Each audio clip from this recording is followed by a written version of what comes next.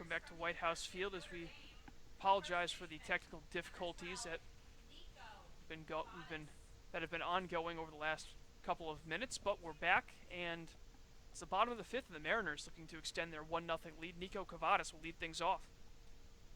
And the biggest thing you missed was one heck of a catch out there in center field as Jacob Hurtubise completely laying out for one and able to make the catch as that misses high and away. So the second big defensive play he's made today, and his speed out there in center field has certainly been felt.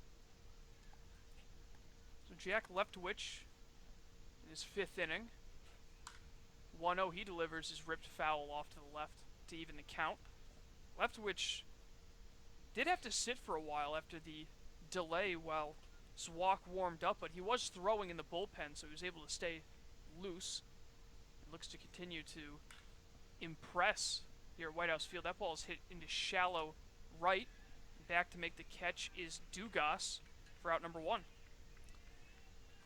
Yeah, and going back to that victory where we mentioned the solo shot was hit, it was a pretty good day out of Noah Thompson as he was able to go 4 complete innings, 2 strikeouts to 2 walks, only gave up the 1 run, but that was enough to carry Harwich to victory. So the Mariners obviously would like some more insurance runs, but so far in the only 2 games they've played that have been decided by just 1 run, they have come up with a victory in each.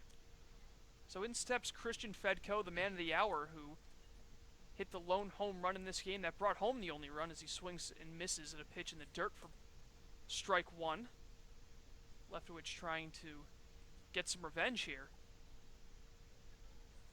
from the windup, and his pitch will miss outside. Yep, the only hit that Leftwich has surrendered. Not only that, the only base runner that the Mariners have had. Nobody's walked, nobody's been hit, and there's been nobody reached on an air. Only 2 hits in this whole game, but the Mariners up by 1. 1-1 will miss outside. So quite the pitcher's duel through the first half of this one. Mariners are looking for insurance. They win this game, they're back above 500. They were briefly with a win against Hyannis in the front end of doubleheader. That pitch fouled off. But they dropped the second game to fall back to 6-6, and that's where they stand now.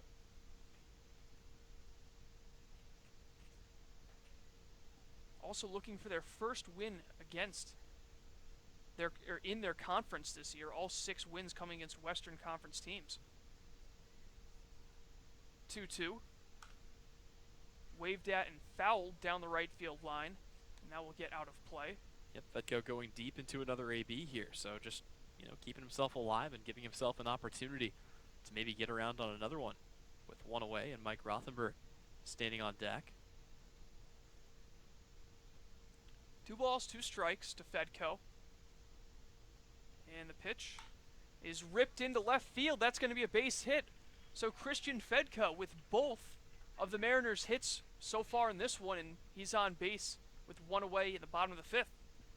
Yep, and maybe that'll spark something here as the Mariners have their first base runner on base, at least in this one, as Fedko's trip around the bases came all in one go last time. So a runner on first for Mike Rothenberg.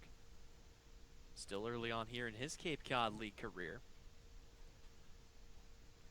Just a little. Rothenberg on the left-handed batter's box. First pitch he takes for a ball, the switch-hitting catcher. Yep, just 11 ABs for him so far this season. Trying to get that batting average early here, up above 200. But obviously very, very early here. So he had a pretty good 2019 season at Duke. Rothenberg rips one to right field for a base hit. Fedko's going to turn on the Jets. He's going to try to get to third. The throw is close, but he's in with a slide, and now runners at the corners with 1 away for the Mariners. Another golden opportunity here. And how about Christian Fedko, the heads-up base running there just to take off. It was a really good throw from King out there and right. And as I mentioned King out there and right, let me set a few defensive shifts for you. King has moved from third base out to right field. That takes Iser from right field out to left field. Wells has been taken out of the game, and Terada, who came in to pinch hit for Jake Palmer, is in at third base. So with runners at the corners, that'll bring Chris Lanzilli up to the plate, hitting in the DH spot today. It's been a pretty good season for Lanzilli so far. Actually, it was a pretty good season for Lanzilli back in 2019, as we mentioned earlier in this broadcast, but struggling here early, looking to break out of a bit of a slump. 0 for 1 today with a strikeout. First pitch he sees, he swings at for a strike. A fly ball here could put Harwich up to. The infield is in at double play depth for Yarmouth-Dennis. Looking to try to get out of the inning with an inning-ending double play. And Lanzilli fouls that pitch off to the right, and he falls behind 0-2. Struck out swinging in his first at-bat back in the third.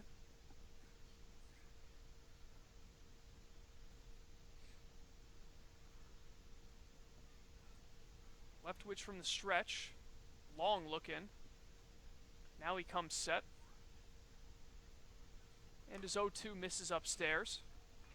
Not a whole lot of wind here at White House Field. The flag out in right center over the scoreboard, barely moving. It's been a while since Chris Lanzilli was even in the lineup. You have to go all the way back to their game against Katuitt. 1-2 and he fouls it off. Yeah, he's finally found himself back here, and this is a great opportunity for him to show Coach Englert and everyone else that he belongs in this starting lineup. A base hit here could really boost his confidence and turn things around for him at the plate. Yep, in that game he went 0 for 4, reached on an error and was able to, or actually hit into a double play. So trying to bounce back, and the last hit he had was the game before that. There's a shallow fly ball out towards center. Wells coming in. Actually, it's going to be the shortstop, Swift, to make the catch. So the ball not hit well enough for Fedco to tag up, and now with runners at the corners and 2 away, it'll be up to Hal Hughes to try to push that insurance run across. Yep, and Hal Hughes still looking for a big hit here in this Cape Cod Baseball League. Struck out looking in the third.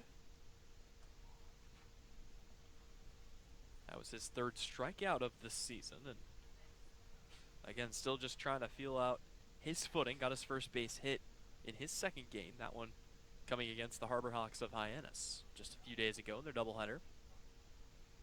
Leftwich in his first start went 5 innings. We'll see if he can complete his 5th here and maybe go out for a 6th. First pitch he throws to Hughes, misses inside. Fedco the runner at 3rd, Rothenberg over at 1st. 2 away, a 1-0 lead for the Mariners.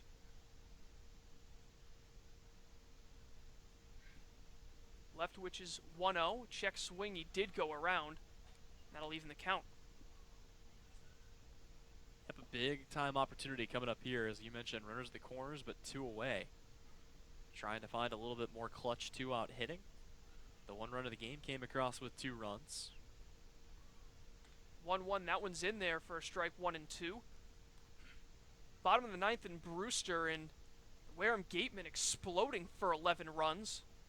11-0 the score, as the Whitecaps with their last at-bats now.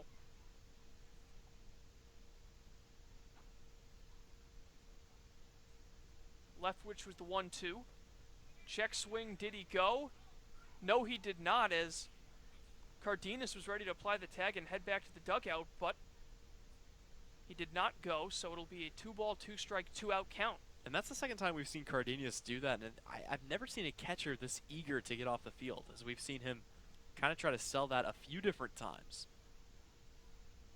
So, to no avail, it'll be a 2-2 count, another chance here for Hal Hughes.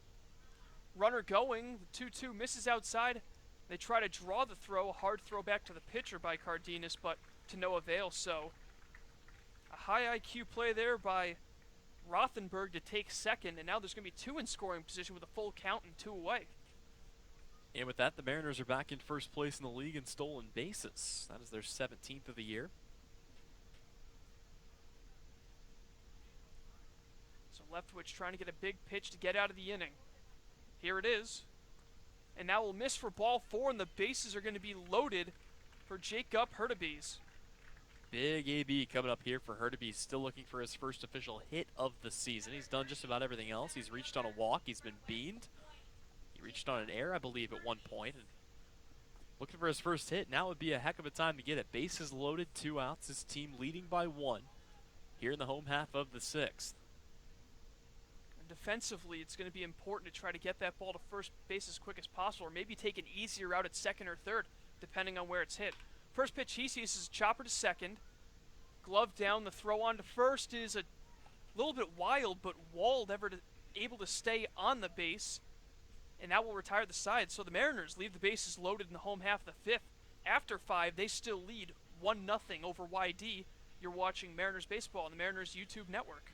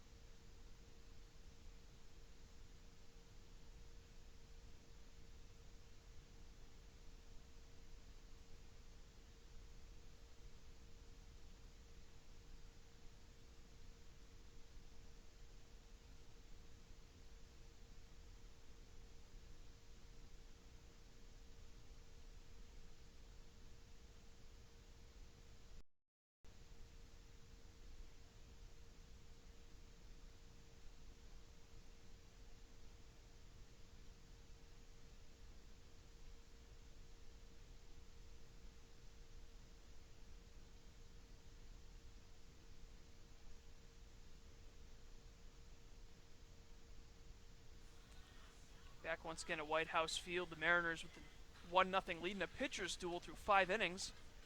And Nick's walk out there after finishing up the 5th inning for Buddy Hayward. So he's gone 2 1/3, and he was able to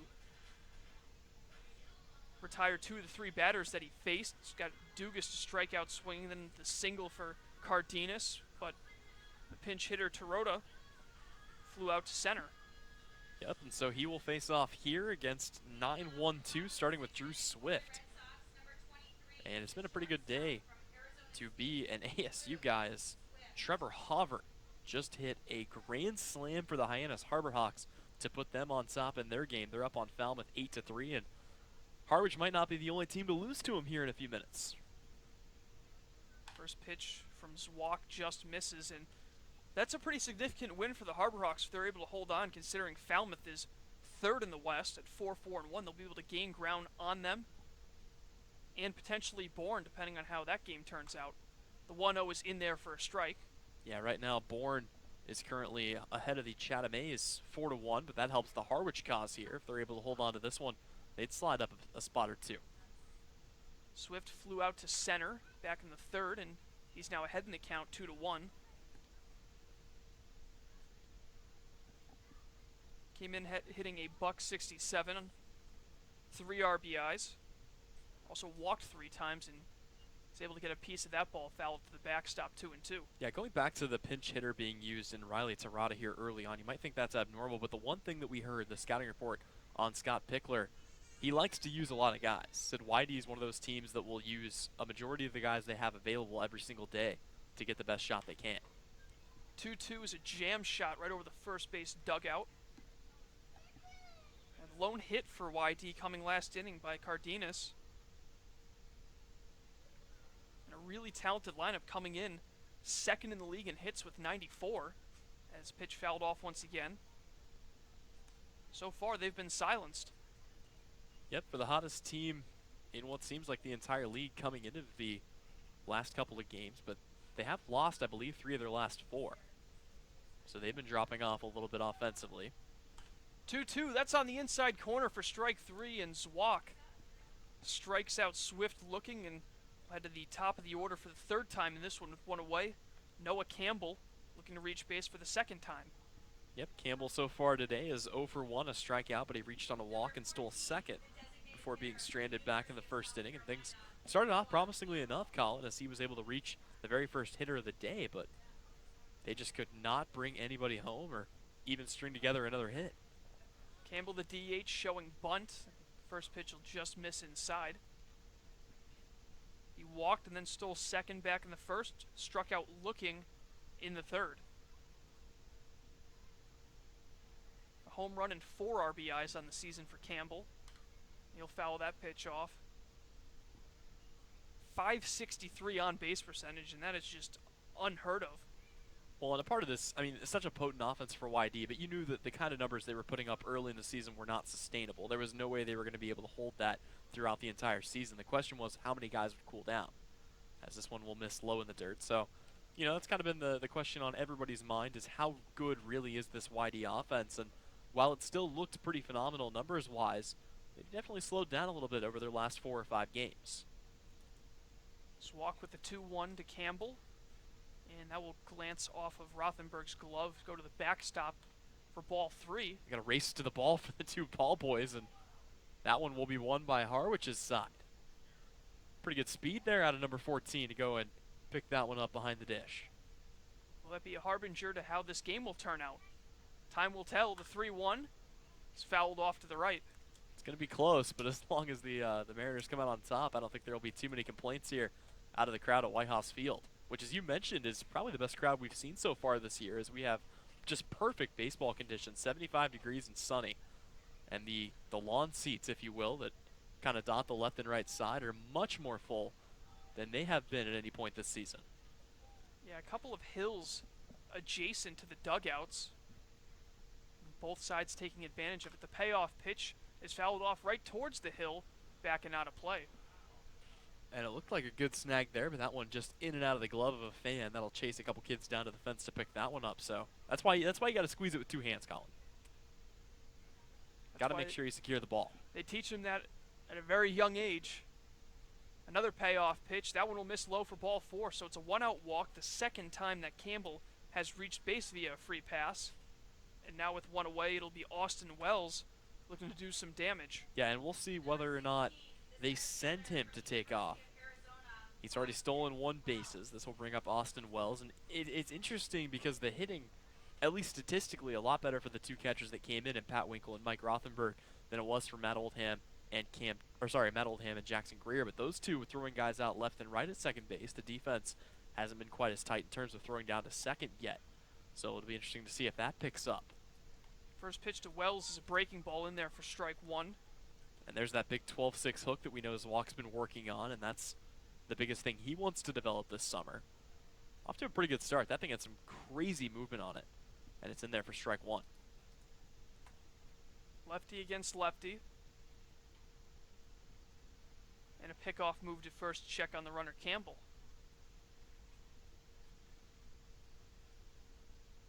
Just the runner at first, 1 out. And it'll be a little bit tougher to take off on the lefty out here compared to the righty and Buddy Hayward. So they definitely could still send Austin Wells, but a little bit more of a risky proposition. Another pickoff move.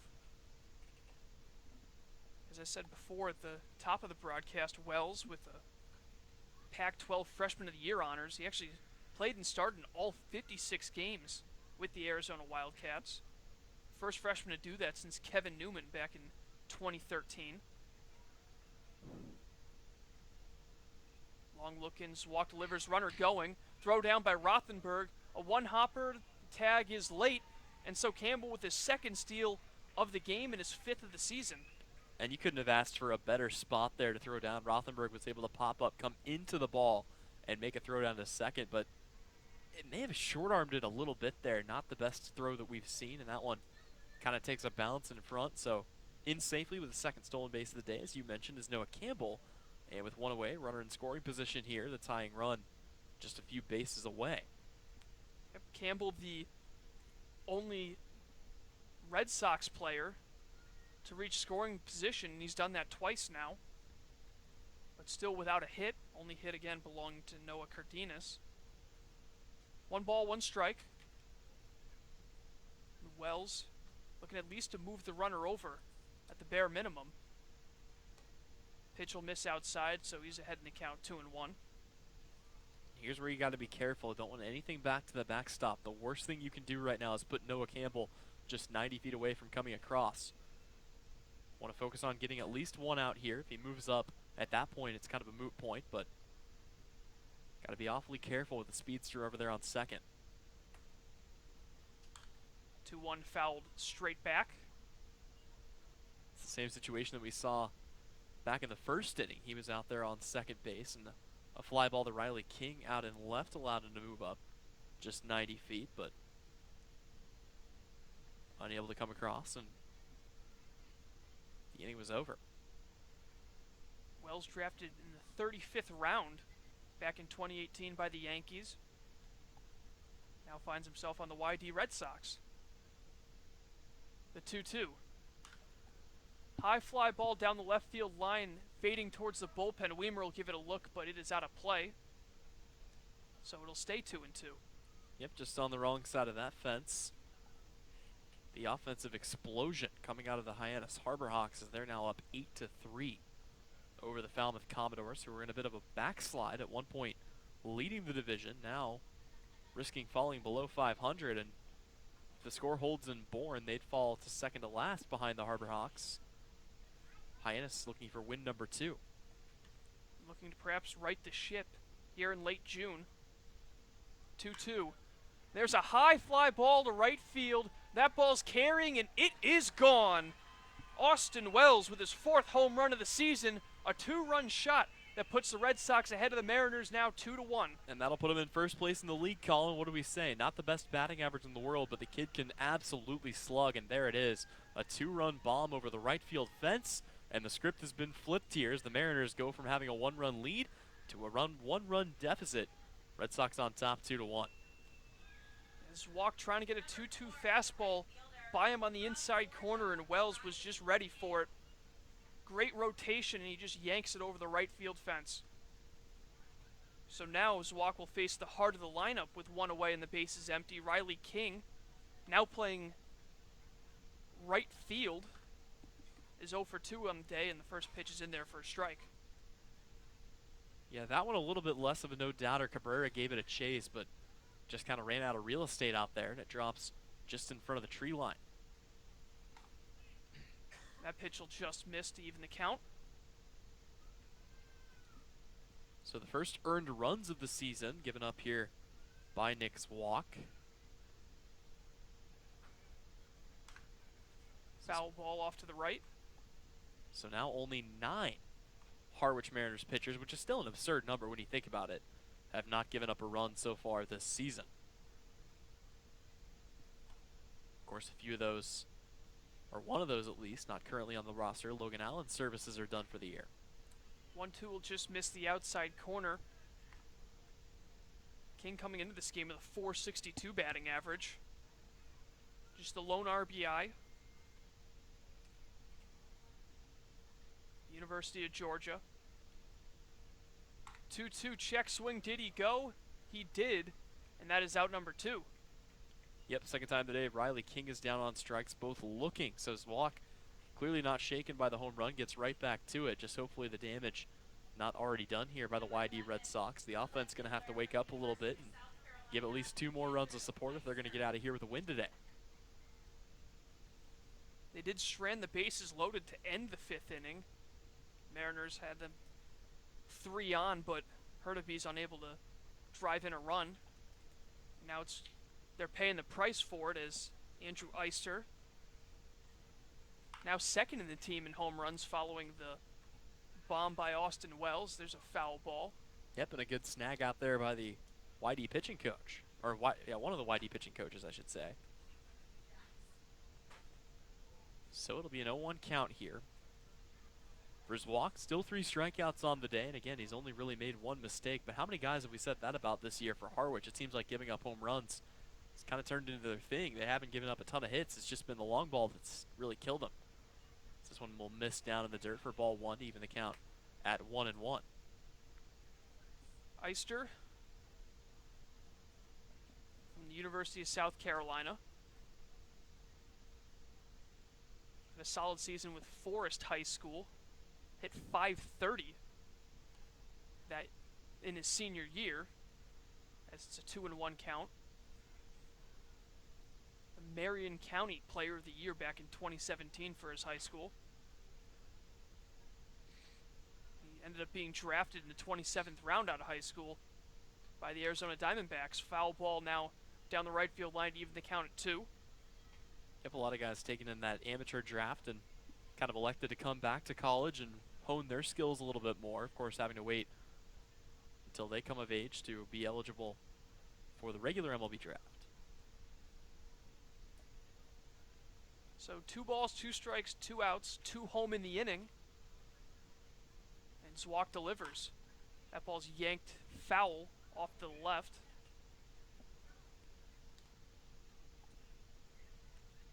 Zwak looking to make it an inning and 2/3 as once again he came in a third of the way through the 5th inning to relieve Buddy Hayward, who went 4 1/3 scoreless and hitless, just allowing the leadoff walk to Campbell.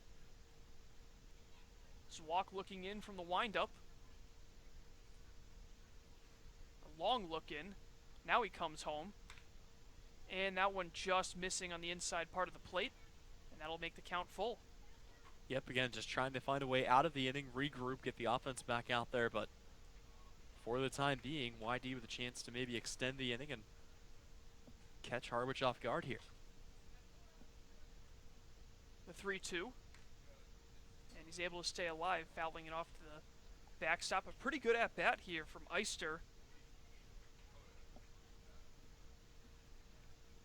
who's only walked twice this year, but is able to keep the at-bat alive and try to find his way on base any way he can with 2 away. Zwak really laboring in this 6th inning.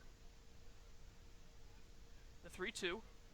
Swing and a miss for strike 3. So, even though he was able to record 3 strikeouts in the inning, it was a 2-run home run for Austin Wells that spoiled the 6 for Nick Zwak.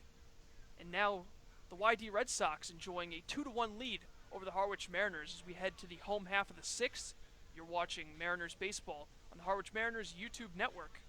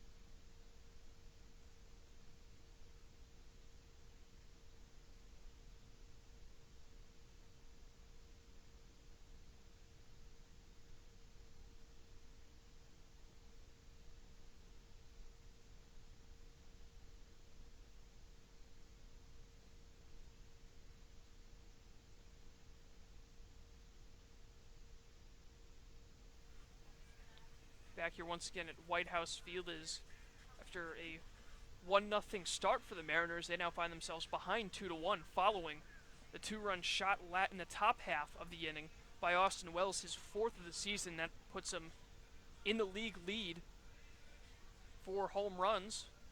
And so now it'll be the 2, 3, 4 hitters. Joey Weimer will lead things off in a defensive substitution to tell you about.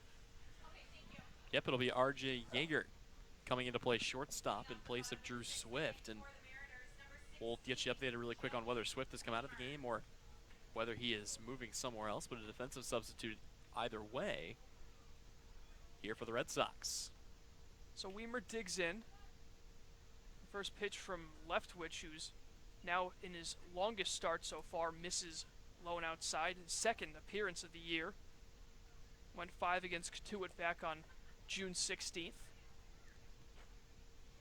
And as we mentioned, as Weimer tries to even this thing up with 1 swing of the bat, the next 5 guys in the lineup have all hit home runs so far for the Mariners, the only 5 on the active roster to do so. Weimer, Cabrera, Keenan, Cavadas, and Fedko earlier in this one. But that cannot be the focus here. Off speed will miss inside to make it 2-1. Tell you what though, if Weimer had found a way to connect on that pitch, a fastball in that thing would have probably cleared the tree line and then some. 2-1, and that's in there for a strike to even things at 2-2. Yeah, ball probably would have ended up on Martha's Vineyard. Wouldn't surprise me that much. But it's a 2-2 count. Weimer's going to have to choke up on the bat a little bit here. From the wind-up Leftwich. And a swing and a miss, strike 3. So for the second time in this one, Weimer is a strikeout victim. He's now 0 for 3 on the day, 1 out. Yep, and that'll bring up Daniel Cabrera, who himself having a tough day. Most of the offense here still trying to find their footing. Cabrera 0 for 2 today, a fly out and a ground out. And he'll stand in for the left-handed batter's box here. Trying to get a runner on base here for the Mariners. Cabrera's been alternating between right field and designated hitter. That pitch will miss outside. It's usually him and Mike Ludwig flipping back and forth, but Ludwig getting a day off, and Lanzilli being the DH. The 1-0. That's in the dirt for ball 2. Yep, so a patient at bat here for Daniel Cabrera. So we see some action in the YD bullpen for the first time. A right-hander getting loose. The 2-0. That'll miss inside, so Leftwich, who hasn't walked who's dished out 1 walk in this one, back in the 5th, is in danger of walking a second. Here's the 3-0. That one's on the outside corner for a strike. Yeah, and he kind of saw Cabrera shake his head. He wants that one back, but obviously got to leave the bat on the shoulder with a 3-0 count, and now the big green light will be flipped on. We'll see what Leftwich offers here on a 3-1 count. Here's the pitch, and that one will miss for ball 4, and Cabrera is aboard. So the second walk of the day, and you get the feeling Leftwich kind of put out there with his pitches limited, as they don't want to let him go too deep into this game. Already pitched through 5 full innings, and now coming out will be Coach Scott Pickler. This may be the end to Jack Leftwich's night. We'll see whether or not they do in fact go to the bullpen, or whether this is just a opportunity to try to buy some time. And warming up right now is Taylor Dollard, the righty from Sherman Oaks, California. And they will bring him in. So that's going to be all for Jack Leftwich. He leaves a runner on, going 5 1/3 innings. Currently in line for the win, so as the pitching change takes place, we'll take a break with it. Once again, 2-1, YD leads at White House Field. You're watching Mariners baseball on the Harwich Mariners YouTube network.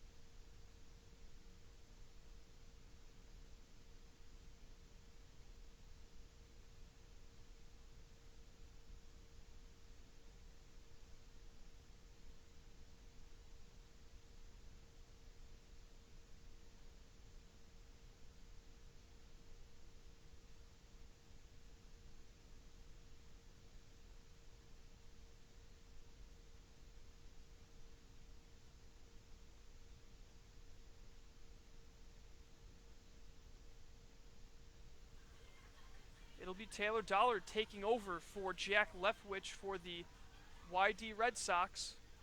And so Dollard will try to get out of this inning, perhaps a double play ball, but he will be greeted by the middle of the lineup, Tyler Keenan, third baseman, the first to bat against the new pitcher. Yep, and it'll be interesting to see what he can offer here, but as you mentioned, a couple of scoreless innings pitched for him so far, has yet to give up a run, I believe, so far in the Cape Cod League in the 2019 season. So seeing some pretty good off speed out of him here in warm-ups.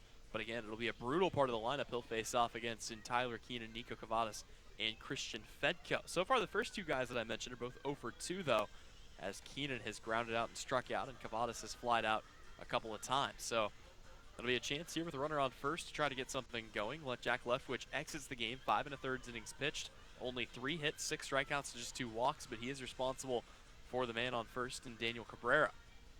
And you kind of get the feeling, Colin, that Pickler said, we're going to put you back out there for Leftwich, but if he gives up a big hit or lets a runner get on base, we're going to go ahead and pull the chain. So it'll be lefty, lefty, righty due up for the Mariners with one down, and Daniel Cabrera over at first. So Dollard getting comfortable on the mound, and he will face Keenan. A look over at first. And the first pitch from Dollard swung on and missed for strike one.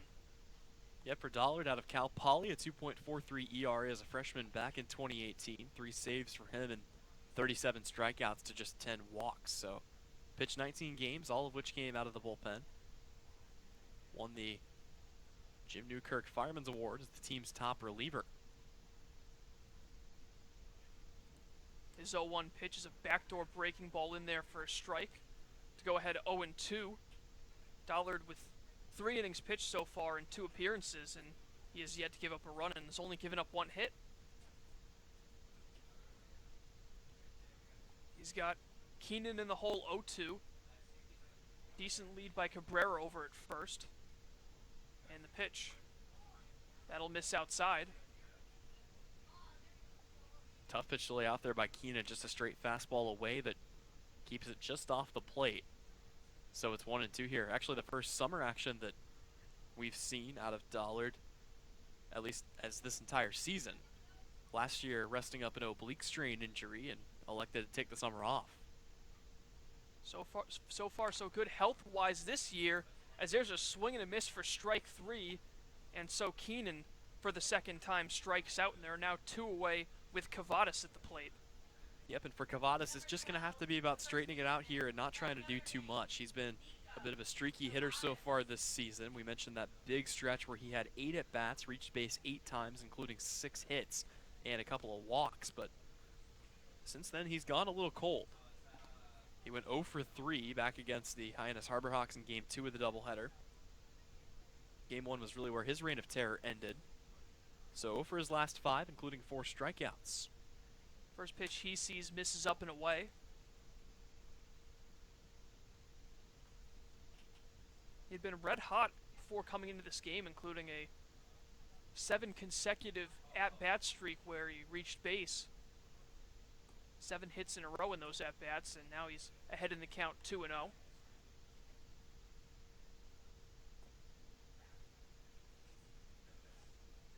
Very interested to see what the major league record would be, the most consecutive at-bats by reaching base, as Tyler Googles it on his computer. 2 balls, no strikes. Long look in by Dollard, and now he comes home, and that'll miss low, so potentially another walk could put the go-ahead run on base and bring up the dangerous Christian Fedko, who sits on deck.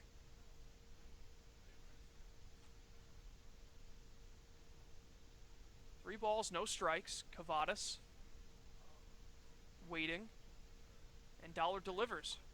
That one is in there, 3-1. Colin, I'll give you a hint. It was a Boston Red Sox. You get 2 guesses. I'm going to be honest with you, I saw the name and I've never heard of that player in my life. It was Walt Dropo in 1950. He hit 12 hits in a row, and that remains a Major League Baseball record to this day. 3-1's in there for a strike, and Cavadas didn't think so. But yeah, not exactly a record that comes to mind when you think of those streaks. You think of, Joe DiMaggio, 56-game hitting streak. I believe it was Clayton Kershaw who had a ridiculous scoreless inning streak as well a couple of years ago. The Iron Man streak of Cal Ripken, breaking Lou Gehrig's unthinkable record. So it's a 3-ball, 2 strikes count. The runner at first going, Cabrera on the pitch in a swing and a miss, and another strikeout, so Cavadas goes down swinging, and the Mariners leave a man on base and still trail 2-1 through 6. Once again, this is the Mariners YouTube network, and I will turn it over to Tyler right after the break. So once again, you're listening and watching Mariners Baseball on the Mariners YouTube network.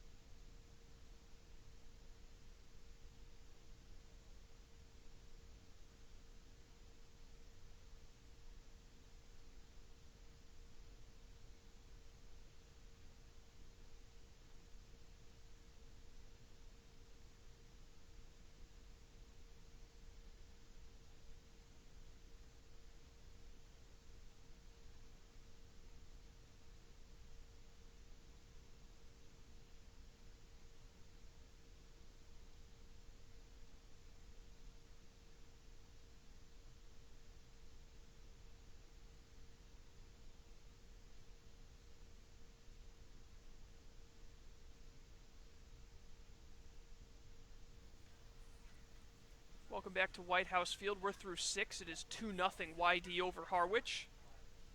And this broadcast is brought to you in part by Milton Cat for sales and rentals of Caterpillar machinery, generators, and marine engines. Visit miltoncat.com, your area cat dealer. Milton Cat, Cape and Island Caterpillar dealer, is proud to be a sponsor of tonight's game. So it will be another inning here for Nick Zwack as he comes in, and he will be facing off against 5'6'7". It'll be Jack Wald, who is the last guy he has not faced yet, and then Gavin Dugas and Noah Cardenas. And actually, it'll be a pinch hitter here, right on cue, as we talked about Coach Pickler and how much he likes using the pinch hitter. It'll be Tate Sanderson getting his first taste of baseball action today. He'll be hitting in place of Jack Wald, who on the day was just 0 for 2. First pitch from Zwack will miss high and outside for ball 1. Samuelson coming in this year out of Cal Poly, teammate of the current pitcher in the game, and he has a .333 average, so it's been a good season for him. First pitch he sees will miss low for ball 1, or ball 2, I should say. Yeah, the righty out of Cal Poly. 5 for 15 so far this year, so not a whole lot of at-bats, but he's done pretty well when he's gotten them. Second pitch hitter of the day used by Coach Pickler, and he'll sky this one high in the air right under Hal Hughes, who will take about 3 steps in and make the catch for out number 1. That will bring up, assuming we don't have another pinch hitter here, Gavin Dugas, who so far today is 0 for 2 with a couple of walks, and he will be left in there. Maybe more for defensive reasons than anything else. So the LSU product looking to avoid going 0 for 3, looking to avoid the three-peat of strikeouts here. Nick Zwack fanned him back in the 5th. It was the first batter he faced, but since then, one time around the order, he has given up 1 2-run home run, and that's currently the deficit as it stands. A 2-1 lead here for the Red Sox as the first pitch from Zwack comes in there for a strike. So we'll see what Zwack digs for. Here's the 0-1. That'll be a fastball that misses down in the dirt, and the count is 1-1. Coach Engler going to stick with the lefties, it looks like, as Tommy Vale warming up in the Mariners bullpen. Yep, and Vale, kind of the team's secondary closer, if you will. He's been the guy that's been tasked with holding games in close ones. Hasn't given up a hit, or hasn't given up a run yet. Here's Walk with the 1-1 pitch, and that will just catch the outer half, dealing a backdoor curveball that's in there for strike 2. And he's got Gavin Dugas here behind. So Dugas digs in. Here comes the 1-2 pitch. Swung on and chopped high. Hal Hughes coming in to make the play. Throws across, and it's going to be not in time. So Dugas able to just barely outrun it at first for his first hit of the day. And it's a runner on first here with 1 out for the Red Sox. Yeah, it was great hustle on both ends. I mean, Hughes really had to charge that ball. It was softly hit. Made a perfect throw, but just too much speed from Dugas. And that last lunge was enough to beat the throw. So now it'll be a 1-on, 1-out situation for Cardenas, who has one of just now 3 hits for the Red Sox. Yep, Cardenas, one of the late arrivals thanks to the College World Series playoffs, actually played for the #1 team in the country, the UCLA Bruins. Runner takes off. Rothenberg will throw down to second, just narrowly avoids hitting Zwack, and the throw is in time. Gavin Dugas thrown out at second, and kind of amazing on a throw that almost came back and hit the pitcher, that's the one they're able to get him on. Yeah, I flinched on that one. That's how close it was to catching Zwack. I mean, that throw very low by Rothenberg, but clearly a lot on it as it was able to get to the bag in time. Good tag, and Dugas caught trying to swipe a bag and get an insurance run in scoring position. So Cardenas digs in. He'll foul this one away, and it's a 1-1 count. But, we've seen a couple of soft throws from Rothenberg, and a couple of people kind of wondering, what's going on here. He's supposed to be one of the better defensive catchers, and there he just zings one down from his knees, and he's able to catch Dugas. I'm sure Zwack in the dugout's going to say, hey, maybe a little higher on the next one. Right. So Cardenas will take a breaking ball inside. It'll be 2-1. And speaking of a guy that on one of the best teams in the country, had one of the best seasons in the country, hitting a cool .398 for his batting average. slugging .515, 13 RBIs for him as a catcher at UCLA. So a pretty solid outing for him as he swings through this one to even the count at 2-2. A UCLA team that was bounced early from the College World Series playoffs by the Michigan Wolverines, who are currently trying to win the College World Series. They forced a Game 3 against Vanderbilt. So if you're going to lose, might as well lose to the eventual champions, and that may be what they did, as this one will miss down in the dirt, and the count is full here to Noah Cardenas.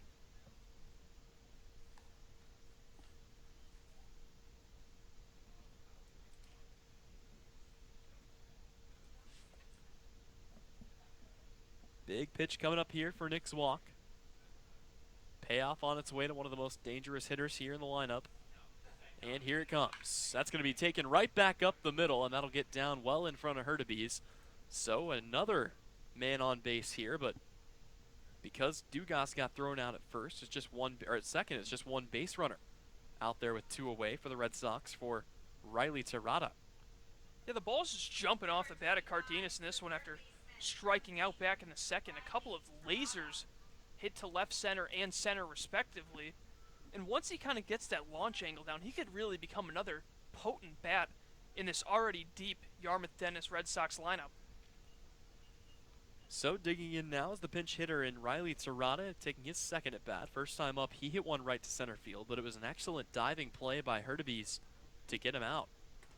First pitch he sees is a breaking ball from the big lefty, and that'll be in there for strike one. Another game has gone final in Cape Cod League action. The Bourne Braves get another victory. They do so over the Chatham A's, who currently sit in first place in the Eastern Conference, or Eastern Division. Orleans and Catuit's game ends in a 3-3 tie through 10 innings. And, of course, Wareham with the 11-0 victory as this one gets by Mike Rothenberg. That'll allow the runner to move up 90 feet. And Noah Cardenas over there on second on a passed ball. Yeah, Rothenberg just a little late reacting to that pitch in the dirt. Just gets by him and all the way to the backstop. A pretty deep backstop here at White House Field. Unfortunately, Rothenberg kind of prevented what could have been a bad situation, as because he threw out Gavin Dugas at second, they're looking at a runner on second with 2 away instead of second and third with 1 away.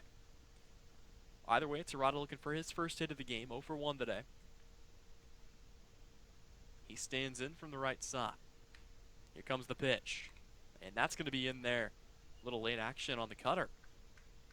And it's a 1-2 count here. Yeah, Terrata came in for Jake Palmer, but actually moved. As Palmer was a center fielder, Terrata's over at third base, so just a carousel of position changes. Zwak sets. Here's the 1-2. That'll miss inside. Good block by Rothenberg, and the count is even at 2-2. Zwak working through another inning. It's been a pretty good outing for him so far, all things considered. The only problem being the 2-run home run that he gave up back in the 6th inning that gave the YD Red Sox their lead. And of course, he came in for Buddy Hayward, who was absolutely cruising through the first several innings, but left with an apparent, well, some kind of pain, and so he is pulled from the game early as the 2-2 pitch comes in, and that will be swung on and missed. Strike 3 back into the mid of Rothenberg, and the inning is over. We head on to the home half of the 7th. Mariners still trail it by 1. You're watching Harwich Baseball here on the Mariners YouTube network.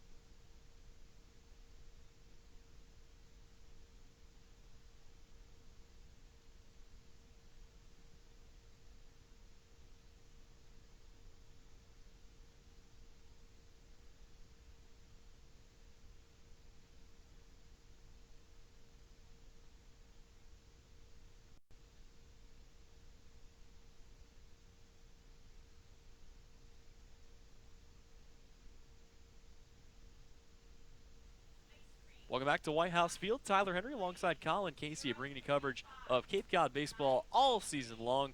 So we're here in the top fourth of the season. Here in the bottom of the 7th inning from White House Field. It's a 2-1 lead for the YD Red Sox, courtesy of an Austin Wells 2-run bomb. That coming back in the 6th inning, and time starting to run out here on the Cape Cod League as everybody else, with the exception of Hyannis and Falmouth, have already gone final. So here it is, the late game, and luxury of having lights here. You can play those later games. Yeah, and leading off this inning is the other guy who went yard in this game, Christian Fedko, who owns the lone RBI for the Harwich Mariners. Yep, so Fedko with an opportunity to get things started here in the home half of the 7th inning, and he'll face off against Tyler Dollard for the first time. Dollard coming in the last inning and getting right to work, picking up where he left off last game with a pair of strikeouts to end the inning. First pitch that he throws is going to be a breaking ball in there for strike one. Down and away to Christian Fedko. Yeah, there's actually a moderate shift on Fedko. You look at the first baseman, Wald, well off the first base bag, and then playing just behind second is Dugas. And kind of interesting that they're going to leave him that much room up the middle on his side as he swings through this one and falls behind 0-2. It'll be all for naught if he gets fanned here, but yeah, YD, one of the few teams in the league that really does play the shift. We kind of talked about for the Mariners, they played pretty much straight up all season long. Haven't seen too many shifts. But YD, a team that's not afraid to do that if they think they know a hitter's tendencies, and clearly they think they've got something picked out in Christian Fedko's swing. The outfield shifted over a little bit as well, as this one will miss a fastball high and away, and the count is 1-2 here. Yeah, there's actually a ton of space down the right field line. If he's able to pooch one over Wald's head, he might be able to get 3 bases if it goes right down that line, especially with Fedko's speed. Yep, so a pretty good opportunity here coming up for Christian Fedko, trying to lead off with a base hit here in the 7th. Here comes the 1-2, and he will sky this one high in the air, right over there to third base. Coming behind the bag is Terada, who will call everybody else off and make the catch for out number 1. Yeah, it seemed like he was sitting on that pitch, but he got a little bit out in front of it and got a little bit under it. So Fedko unable to keep the Nico Cavadas-esque streak going of consecutive at-bats with a hit.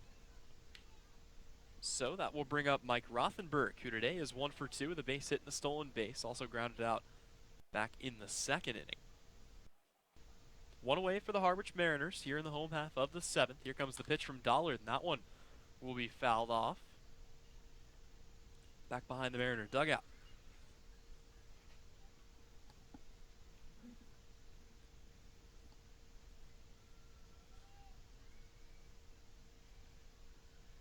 So digging back in here from the left-handed batter's box is Mike Rothenberg. Here comes the 0-1 from Dollard. It's going to be a breaking ball that just cuts inside, and that'll miss to even the count at 1-1. Yeah, that one looked pretty good. It seems like it's been a relatively small strike zone in this one, but pitchers from both sides have been doing pretty well with it, considering there's a combined 3 runs scored. Here it comes again, and that one will also miss inside. So back-to-back breaking balls in the same spot, and yeah, it's continued to be more or less a pitcher's duel throughout this entire game. We'll see what's in store here as Dollard comes set, still working out of the stretch, not going from the windup at all. And here comes a fastball that'll be swung on and missed there by Rothenberg. So the count even at 2-2 here. Rothenberg looking to improve on a season that has gotten off to a bit of a slow start.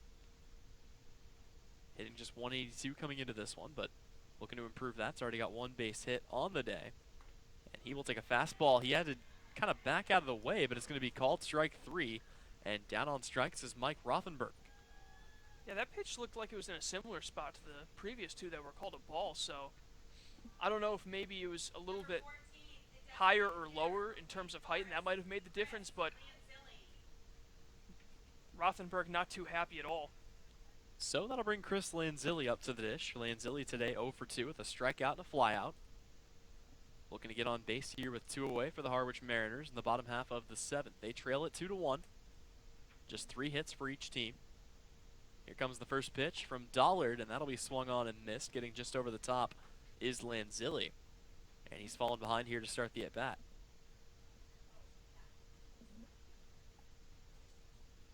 Lanzilli back in there. Taylor Dollard here in his second inning of work has struck out 3 of the first 4 batters he's faced. Here comes the 0-1 pitch. Good frame there by Cardenas, but unable to put it in the zone to the umpire's liking, and it's a 1-1 count. Dollard came in a not an ideal situation with a runner on, but since then he's been lights out, hasn't given up anything. Lanzilli, of course, a local product, as a breaking ball will miss here to make the count 2-1 from Stoneham, Massachusetts. Was the number 5 prospect out of the state and had a brother stick around here. He went to Wake Forest, but his brother Cam playing for UMass Lowell. Here it's a 2-1 count to Lanzilli. He's ready for it. Here comes the pitch, and it'll be a swing and a miss, taking him off speed there. Looked like a low changeup. And Lanzilli has even the count at 2-2. Dollard's kind of been the go-to guy for the Red Sox this season. As you mentioned, he's already been brought in on multiple occasions, and he has been absolutely unhittable so far as the 2-2 is swung on and missed. Lanzilli down on strikes for a second time today, and that will end the inning. So far, 4 of the 5 guys that have been faced here by Taylor Dollard have been retired via the strikeout. We will step away, and when we come back, it'll be back to the YD Red Sox order in the 8th inning. Currently a 2-1 lead for the Red Sox here at White House Field, and you're listening to Mariners Baseball on the Harwich YouTube Network.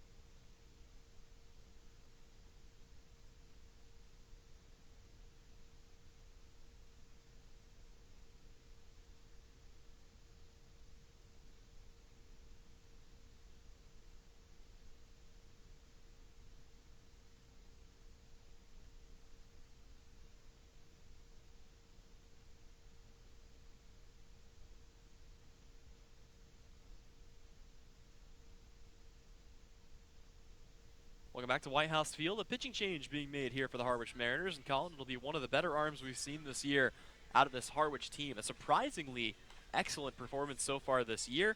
It'll be Tommy Vail coming in. He's kind of been the hold guy in big situations when the team is ahead. This is the first time we've seen him brought in trailing to the YD Red Sox. Yeah, and it's important he's able to keep this deficit at 2-1. There really hasn't been a lot of offense generally for either team, and especially for YD up until that 6th inning. But he's approaching the part of the lineup that's done the damage. The 1 and 2 hitters have reached base 3 times, including the home run by Austin Wells, who's due up 3rd this inning. So it'll start off with the number 9 hole, and it will be RJ Yeager, who came in as a defensive replacement for Drew Swift. He will be in the batter's box. So the 3rd pinch hitter of the day for the YD Red Sox. And the first pitch he sees is going to be a high off-speed pitch that'll miss inside for ball 1.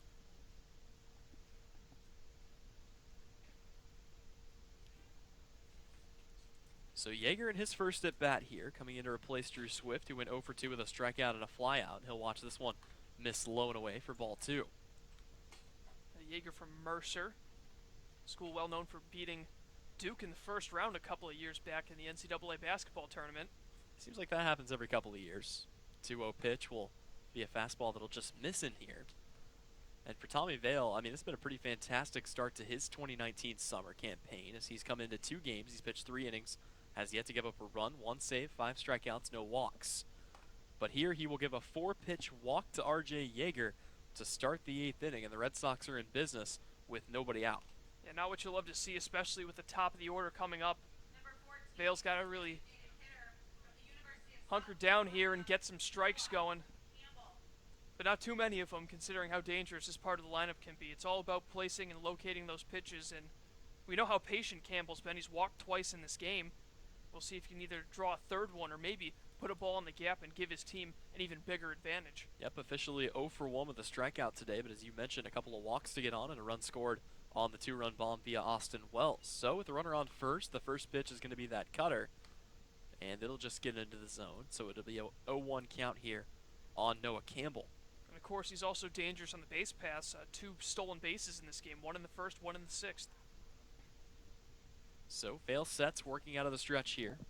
Here comes the 0-1 pitch, and that'll be swung on and missed as he got him with a fastball outside. Yeah, he definitely wasn't sitting fastball there. I mean, he was 3 miles behind that one. Campbell so far today, a believer in the 3 true outcomes. You're either going to see a walk, a strikeout, or a home run. So far, he's got 2 of the walks, 1 of the strikeouts. And he is going to be hit by a pitch here. That one comes in and gets him on the elbow. So not the way Tommy Vail wanted to start here, as he issues a 4-pitch walk to R.J. Yeager and then beans Noah Campbell. And that'll bring Austin Wells to the dish. He's already got 1 home run today. The ever-dangerous slugger hitting from the right side. And a big spot here, looking to get a few more insurance runs across for his team. Yep, some serious control in terms control issues right now. Which is not common for a guy that at this point in the year had not put anybody on base for free at all coming into this one. So Vail will try to pitch out of some trouble he's got himself into. Runners at first and second, nobody out. The first pitch is going to miss high and away here to Austin Wells. And if you're thinking, well, maybe it just gets to Riley King. He's 0 for 3 today with a pair of strikeouts. That's not the best idea in the world here either, as King is hitting .462 this season. So really not a good option to pitch to up and down this Red Sox lineup. Vail checks the runner to second. Here comes the pitch, and that one will miss high. So he's fallen behind King here, 2-0. Yeah, there's actually some action right now in the Mariners bullpen. Another left-hander. King digs back in, or Wells digs back in here, I should say. Big opportunity for the Red Sox, and he will foul this one away to give Vail a strike here. It's a 2-1 count. Yeah, and it's Will Heflin warming up, and he's been nothing but nails this season. 5 1/3 scoreless out of the pen in 2 appearances. So if things unravel, I'm sure he's the go-to. You would think. Right now, Vail trying to pitch out of it himself. The 2-1 pitch, big swing and a miss. Austin Wells wanted to put another one over the fence out there in right field, but swings right through it. And it'll be a 2-2 count here. Yeah, Wells definitely prone for the strikeout, as he leads the team with 10 coming into this game.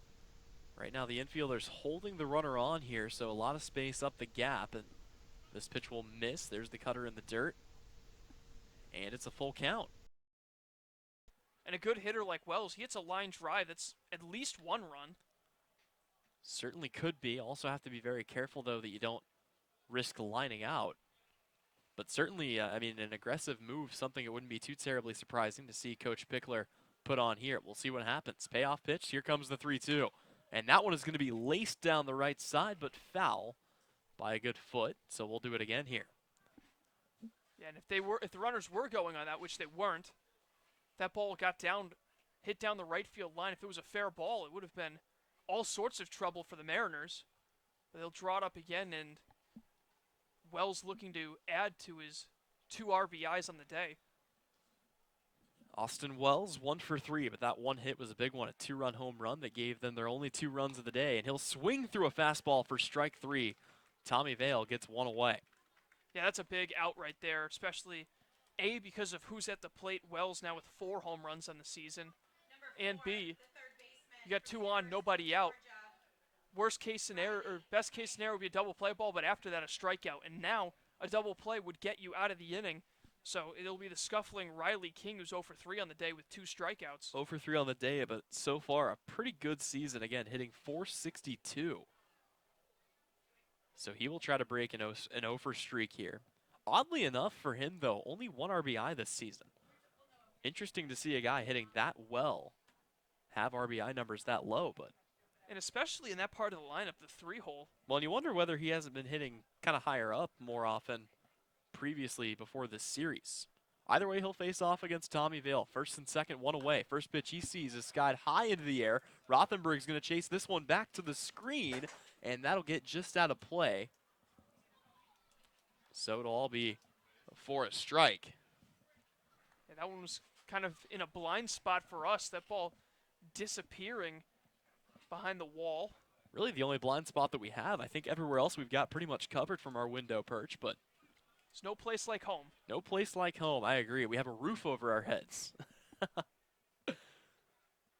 So it'll be an 0-1 count here on Riley King. Runners at first and second, one away here in the visitors' eighth. Big breaking ball there, and that will just miss the zone. It's a 1-1 count here on Riley King. Vale walked R.J. Yeager on 4 pitches, then hit Noah Campbell. Those are the 2 runners on base right now. As the 1-1 pitch is swung on, high fastball that goes outside, and it's going to be fouled away. So he's gotten ahead of Riley King here. Playing with fire early in the inning, but again, we've seen how good he can be this season. It's a big part of the reason he enters tonight with a perfect ERA, a save, and 5 strikeouts.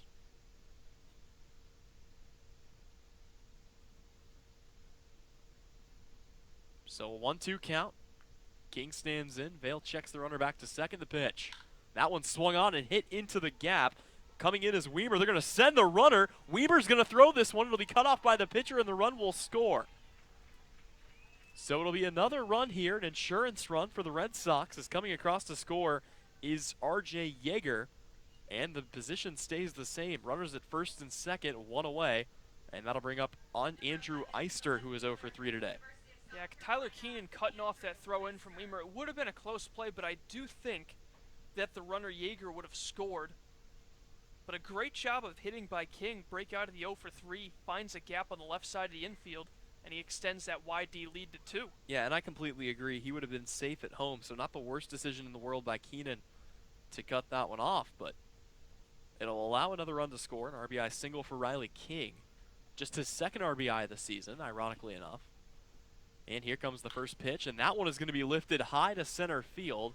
Hurtubise will have plenty of time to settle under it. The runner will tag and try to take third. We'll see a look at Hurtubise's arm. It's going to be cut off by Hughes. Throw to second, and it's going to be in time.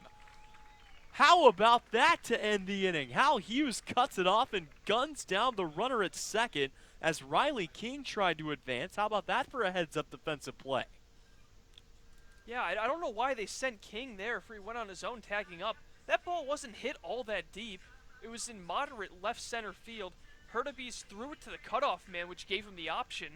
It wasn't an outright throw to third, so just not really smart base running there from the Red Sox, and it gets the Mariners out of what could have been a really bad inning. So the inning ends with the old F8-6-4 double play. So we'll take a break. When we come back, it'll be the home half of the 8th. Mariners down to their final 6 outs, and now trailing by 2 as Whitey puts a run on the board in their half of the 8th. All that around the corner when we come back. You're watching Harwich Baseball on the Mariners Baseball Network.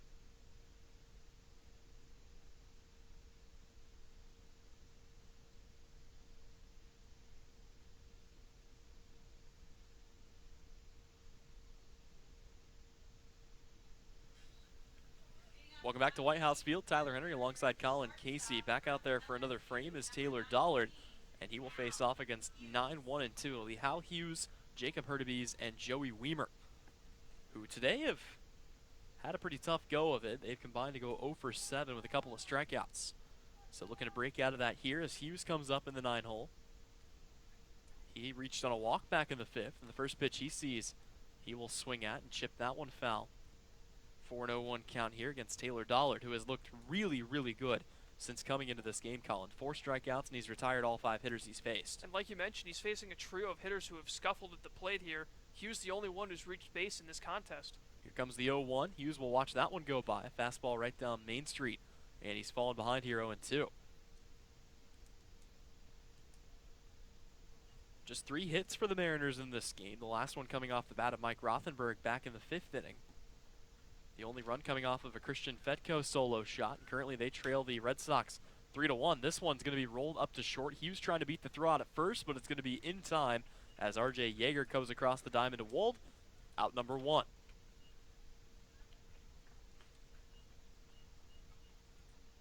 So that'll bring Jacob Hurtubise up to the dish, the big speedster. In there again, still looking for his first hit of the season. He's found his way on a few other ways this year, as he was walked yesterday in a game that will ultimately not count. He was hit by a pitch and came around to score a run in his debut, that game against Hyannis, and a tough loss, but still looking for his first hit of the year. He will roll around to square a bunt. That'll be fouled off, and it's a 0-1 count here as the corner's coming in once again. And interestingly enough, the YD Red Sox, no saves this year so far, but right now it is a save situation, and there is an arm warming in the pen looking to maybe perhaps pick up that first save of the year. So the 0-1 from Dollard's a breaking ball that'll miss outside. The count is 1-1, and yeah, you don't get a chance to get saves when you're winning and losing games 12-2 and 10-1, but this has been closer than a lot of the games YD has seen this season. As you mentioned, they're still on the quest for their first save of the year. Here's the 1-1 to Hurtubise, and that will be inside. Actually, they're going to say that one catches the zone. So it's a 1-2 count. Mariners also looking for their first division victory of the year. They're so far 0-2 on the East with losses to Chatham and Brewster. Yep, they've done a majority of their damage against the West, as Hurtubise will chop this one high, up to third, picked up by Triota. Throw to first is going to be just in time to get him, and that will be the second out of the inning. But again, making it close at first is Hurtubise, and just hustling down the line. Him and Joey Weimer are going to lead the team in infield singles by the time this year is done. Yeah, and Hurtubise has kind of been playing to his strength in this game. It hasn't really worked out. He's 0 for 4, but 3 groundouts, so he's keeping the ball on the ground, trying to leg out these singles. Just so far hasn't been lucky. So the last hope of the inning will be represented by Joey Weimer, who strides to the dish. 0 for 3 today, a couple of strikeouts for him, also a groundout back in the first inning. Here's Dollard, the first pitch, and it's going to be a fastball that just catches the zone around the knees for strike 1.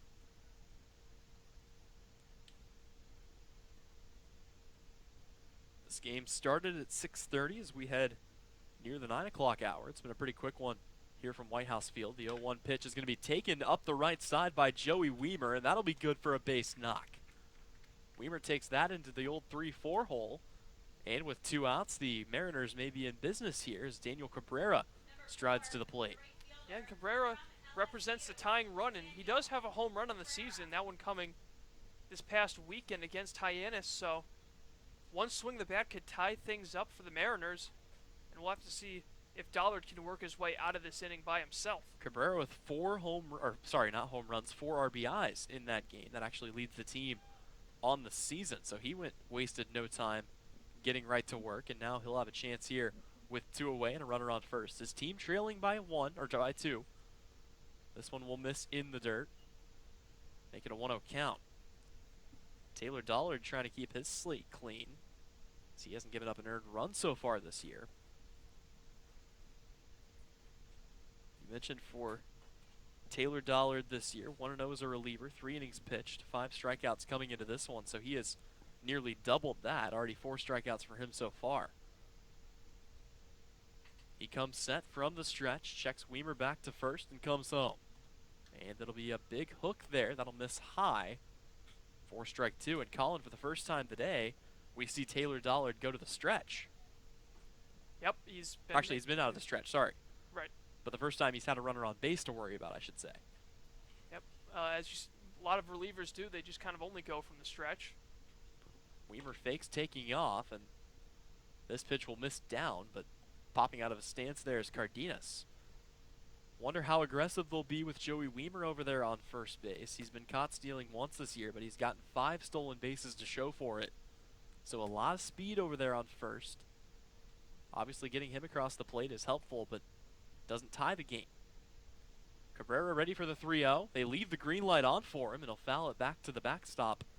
A pitch that may have been ball 4, a little bit high there, but you like letting the big dog eat. Yeah, it was interesting, especially with a 3-hitter. Sometimes you'll see that the third base coach give him the sign to go ahead and swing the bat. That's exactly what he did. Didn't come up with too good of contact, but I'm sure that would have been a strike anyway, so no harm done. So it's a 3-1 count. Dollard ready with the pitch. He kicks, and here it comes. Big swing and a miss by Cabrera. And the count is full here, 3-2. And Dollard fighting back, not going down without a fight in this at-bat and putting on the tying run.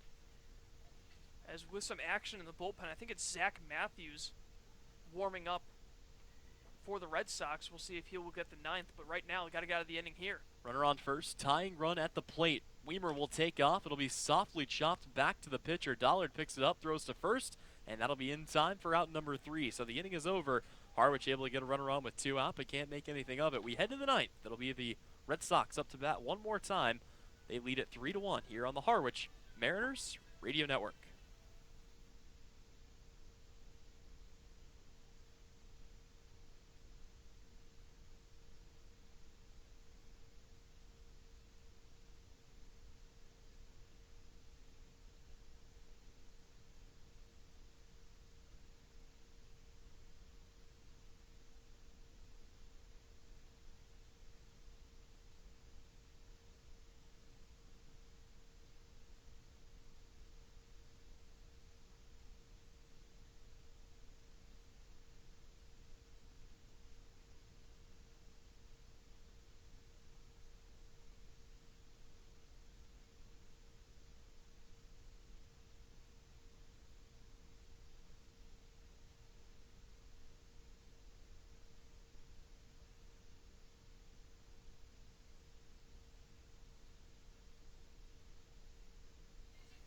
We go to the 9th. The YD Red Sox coming up to bat, and they'll have to face off against the kind of token closer, if you will. Obviously, no positions have been set yet officially, but Boyle seems to be the guy that they've gone to in big spots, and they'll bring Joe Boyle on to pitch here. The big righty, the flamethrower, who all the scouts love crowding around the radar gun when he comes up.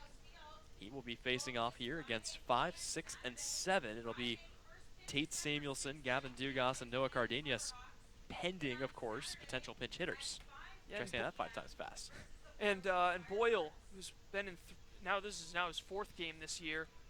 2 of them have been save situations. He's converted on both of them, but this time, not a save to be made. He's just trying to keep the deficit at 2 and try to give his team a chance to walk off with a reasonable deficit in the bottom of the 9th. And this is the 2nd time that we've seen Joe Boyle brought on in a situation like this, if I'm not mistaken. So 3 appearances for him so far this season, and he has made the most of them. As you mentioned, he has just been tearing through hitters. 4 innings pitched, 2 saves for him on the year, 9 strikeouts to no walks. And you know, the interesting note on Joe Boyle, the biggest thing he struggled with back in college was walks. You take a look at what he did at Notre Dame just a season ago. He had 27 walks, but during his freshman year, just 1 strikeout to 8 walks during 8 appearances. So he has really just been improving that more and more, and finally able to get the strikeout number higher than the walk number. And so far, he's looked awfully good here as he stops to tie his shoe. First guy he'll face off against will be Tate Samuelson. Samuelson, again, came in to pinch hit, and so far today is 0 for 1. He came in for Jack Wold, who on the day was 0 for 2. And the first pitch that Boyle throws is a fastball that'll just miss the zone to make it 1-0. Make it 1-0. Samuelson trying to put maybe an extra insurance run up there on the board. He'll chop this one high in the air. Hughes coming in to make the play. Throw to first is going to be in time for out number 1. Yeah, Hughes definitely showing off his defense in the first couple of games we've seen. He's been having trouble getting the bat going, but we know what his talent is in the field, so if he can start trying to hit, he can really become one of those two-way players like Francisco Lindor that can both do it in the field and make some plays at the plate. As we got another pinch hitter. I was about to say, right on cue, I said pending pinch hitters. This will bring a new guy up to the plate. It'll be Luke Waddell.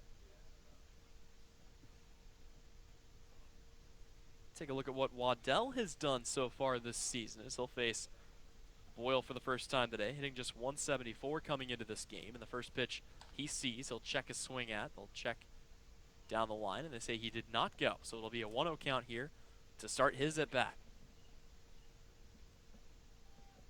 Nobody on, one away here in the visitors' half of the ninth. Mariners trying to avoid any more runs coming across. They already trail this one by 2. And Boyle gets another swing and a miss here, this time via the fastball to even the count at 1-1. An interesting pinch hit here because Waddell has struggled in the field. You kind of want your best defense out there in the ninth. This one will miss high and away, and kind of get the feeling at this point just throwing everybody out there. Very opposite methods for Coach Pickler and Coach Englert. Englert will oftentimes just leave a guy out there to figure it out. We haven't really seen him use the pinch hitter that often this season. 2-1 from Boyle. That one's going to be in the zone. And the count is even at 2-2 here. There was 3 errors on the season for Waddell, the most on the active roster. And we'll have to see if defense can play a huge role in this upcoming bottom of the ninth. Here comes the 2-2. Swing and a miss. Strike 3 on a fastball. And Joe Boyle gets strikeout number 10 on the year, courtesy of Luke Waddell. Yeah, and no signs of that velocity slowing down. And he keeps throwing that fastball in the upper 90s. And it's really tough to catch up to that ball. I mean, it's pretty much just a white blur when it comes over the plate as a hitter. And the crazier thing, too, is the other pitch that he pairs it with. It's a changeup that'll come in the mid-70s. It's one of the most deadly combinations that you can have, because if you're sitting on a fastball at 98, you're not catching up to a changeup. As here he goes off speed and just about comes inside and hits Noah Cardenas. Yeah, and I think it's important for him to try to work in maybe a third pitch. I mean, that was one of the issues with Aroldis Chapman when he first came up in the majors, being able to throw the heat. And he had a second pitch, I believe it was a slider, but then he was able to add a changeup, and he became even that much more difficult to hit. So we'll see what Boyle has dialed up here. The 1-0 pitch, and it'll be a fastball down in the dirt. Rothenberg blocks it. Yeah, definitely would be great to be able to mix something in. But I'll tell you what, if you can locate a 98-mile-an-hour fastball, that's one of the most deadly pitches in all of baseball, no matter what level you're throwing at. So a pretty good pairing. We'll see what he has in store here for Noah Cardenas, who today is 2 for 3. Already has a pair of hits and a stolen base. Coming back in the 7th, a strikeout back in the 2nd. Boyle sets, another guy that likes to work from the stretch. Here's the 2-0, and that's a fastball. Maybe pulled a little bit of velocity off of it that time, though, and it'll be 2-1 here to Cardenas. Yeah, for the Mariners, they have the 4, 5, and 6 due up next inning, but right now it's Boyle's job to keep it at 2 and try to give his team a chance to get back in it. 2-1, fastball, that'll miss low and away. And the count is 3-1 here. So for the guy that the biggest thing he wanted to focus on was control. So far he's looked good in that area with no walks to 10 strikeouts, but he's at risk of putting his first man on base here. He has also allowed, for what it's worth, 1 hit. As this one is taken hard right at first base, it'll be fair. It's picked up by Cavadas, who steps on first for out number 3. So Boyle holds it at a 2-run deficit, but the Mariners will have to pick up 2 runs in their half of the ninth to keep this one going. When we come back, it'll be 4, 5, 6, as he mentioned. Tyler Keenan, Nico Cavadas, and Christian Fedko. That's on the other side of the break. You're watching Harwich Mariners baseball on the Mariners TV network.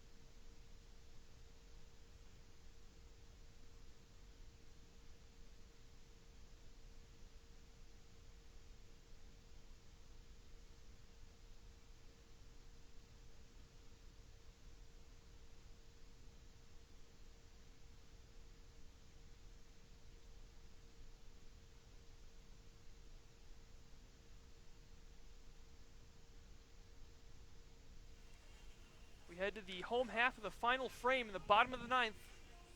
Harwich Mariners trailing the YD Red Sox 3-1, and a new pitcher set to go in this one, and it is the right-hander Zach Mathews out of Oklahoma University.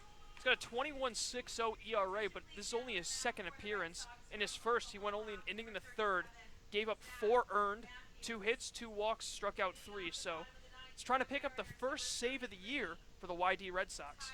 Yep, and it'll be a big task to handle here. It'll be Tyler Keenan, Nico Cavadas, and Christian Fedko.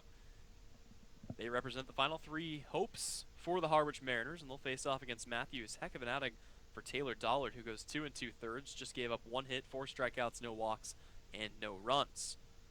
So the Mariners looking to pounce on the new pitcher, and Zach Mathews, who once again will go straight out of the stretch here.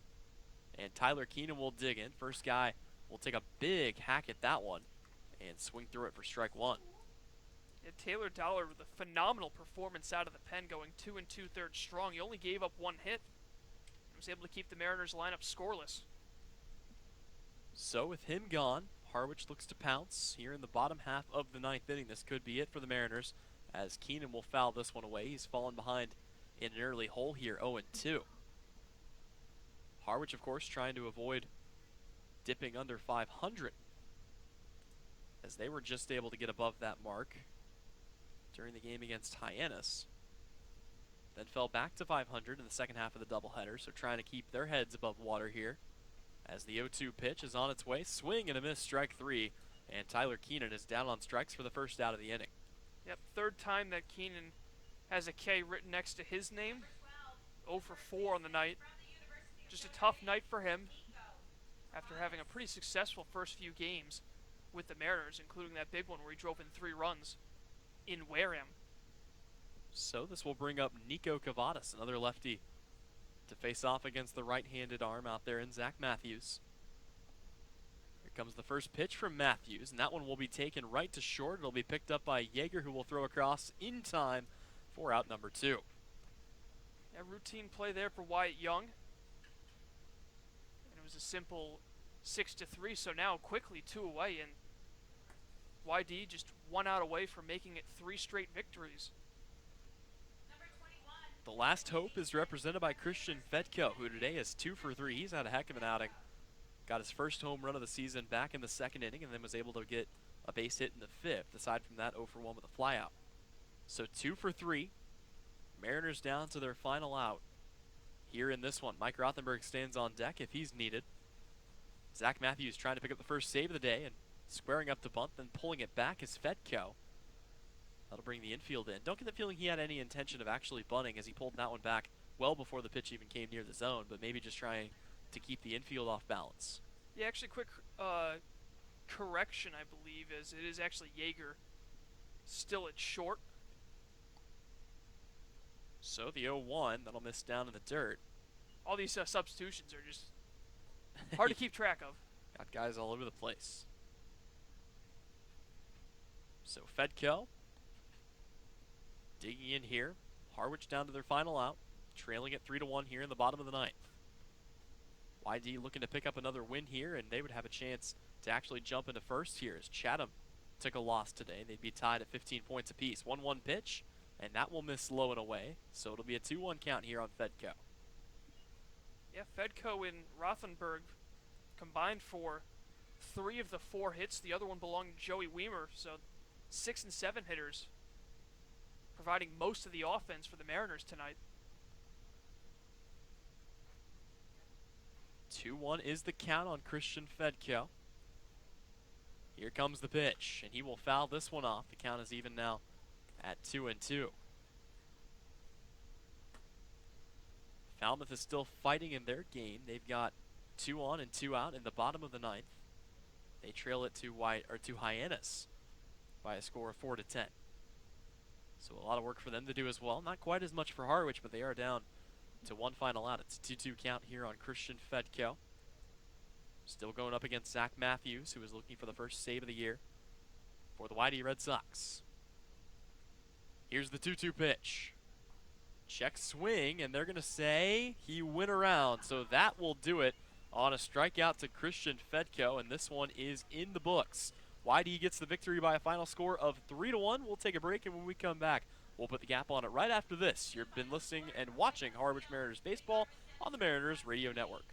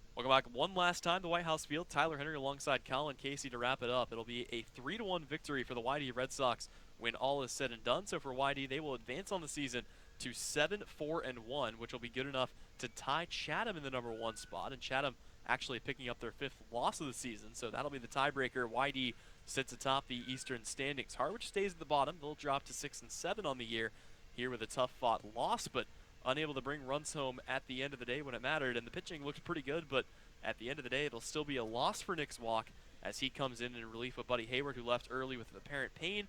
So he comes in, he gives up the 1-2-run homer, and then one more run put on, and that was all she wrote as YD gets the 3-1 victory.